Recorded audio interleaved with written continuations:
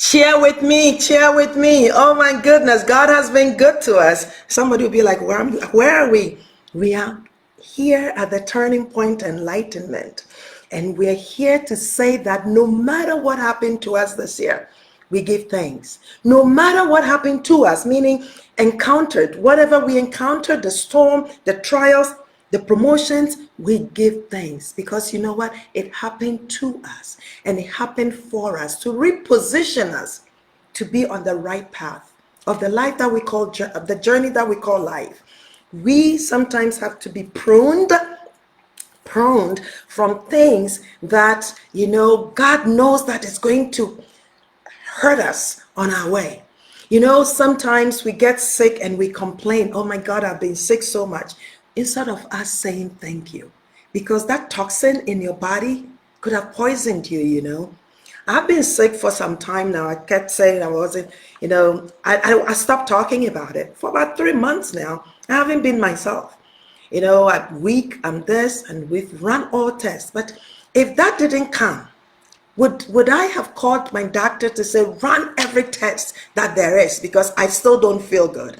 I had the flu, and then I thought it was this, and then I thought it's that, and I still don't feel good.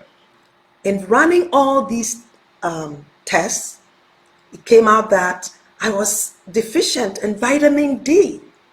You know, I guess and I'm being vulnerable for you to give thanks, right? I guess the right percentage in our body is like 98 and I'm around 22 or 20. And so if I had complained and just sat in my corner and just said, why me? Why me? I've had all these operations and, you know, how do you say it? Complain and blame and sad and confused and frustrated. I could have been dead, you know. I could have been just gone.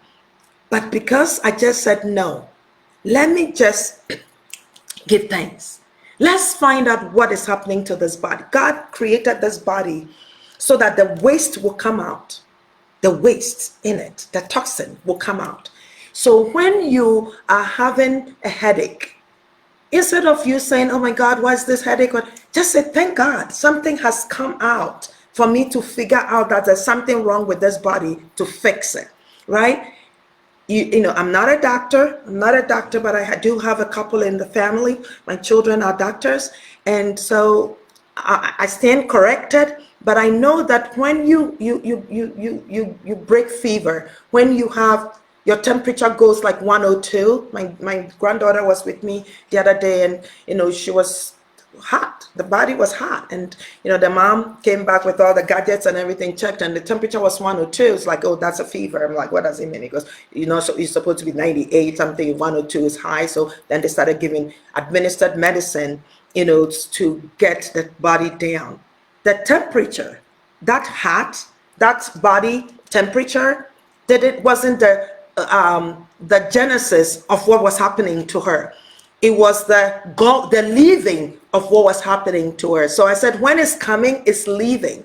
So the virus was in there incubating, and then the body reacted to it to tell us, hey, this is happening, fix it. So if we look at life that way, I mean, on the same, and you know, unlocking our rightful mindset to achieve our impossible and to fulfill our goals and dreams. If we look at things differently, the way we look at things now, we would be so grateful when things happen to us. I'm not talking about death. And condolences to anybody who has lost a loved one and is trying to navigate their way of living without that loved one.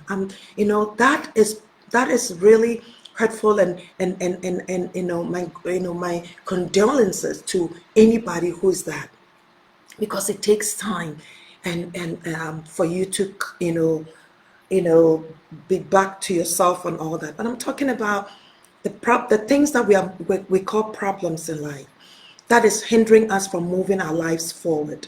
When we define it, it puts breaks in our lives. When we define it, in a negative way, instead of looking at it differently, it put breaks in our lives. So I'm saying that in 2022, let's take inventory, in all the experiences that we've encountered, and you would see that each experience came to leave you with something. Each experience came to leave to either spark your mind to something, or to redirect you, reposition you, or came to give you enlightenment. Really, that enlightened you to say, wait a minute, what I'm putting in this body is not good. So let me stop taking sugar. Let me stop taking this. Let me stop taking that. Well, what happened to me? Maybe it's something that I was doing that I wasn't doing. I have to reposition myself. I have to redirect my way. So this is our last Saturday, my friends, today. And I'm leaving you with a message of, let's not jump into calling everything a problem. Let's not jump into calling everything, a failure. Let's not jump into calling everything, frustration. And, when we're frustrated about something, instead of opening our mouth, let's just be silent and write down what we are frustrated about and look at it closely. The mind will come to you with something, but ask that question. Is this the way I'm supposed to be thinking about this situation? Somebody hurt you. But did that also give you an enlightenment in something? For you to say that, okay, wait a minute.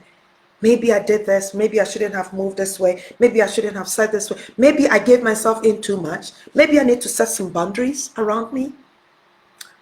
Some confusion happened in your relationship. Did that stop you to say, wait a minute, what is it that I'm to learn here? See, we run too fast in life. We take things too quick, and then we decide on it. I think 2023, let's pause for a second before we think, before we say something out of our thoughts, because that is the reflection of our emotions. What we're thinking comes and dictates our emotions. That's the feelings. That feeling dictates our actions. That's what we react on, and that action gives us the result we're looking for. So if the result you're seeing today in your bank account, in your marriage, in your friendship, at your workplace, in your health, what else? In all the things that you're doing, if that result is not what you were asking and looking for, this last day, I want you to take inventory of it, of the experiences, and ask yourself, where can I polish? Where can I fine tune? What can I say? How do I do this to be able to thrive in 2023? And if I'm thriving in 2023, I still have to fine tune what is happening there. So cheers to you.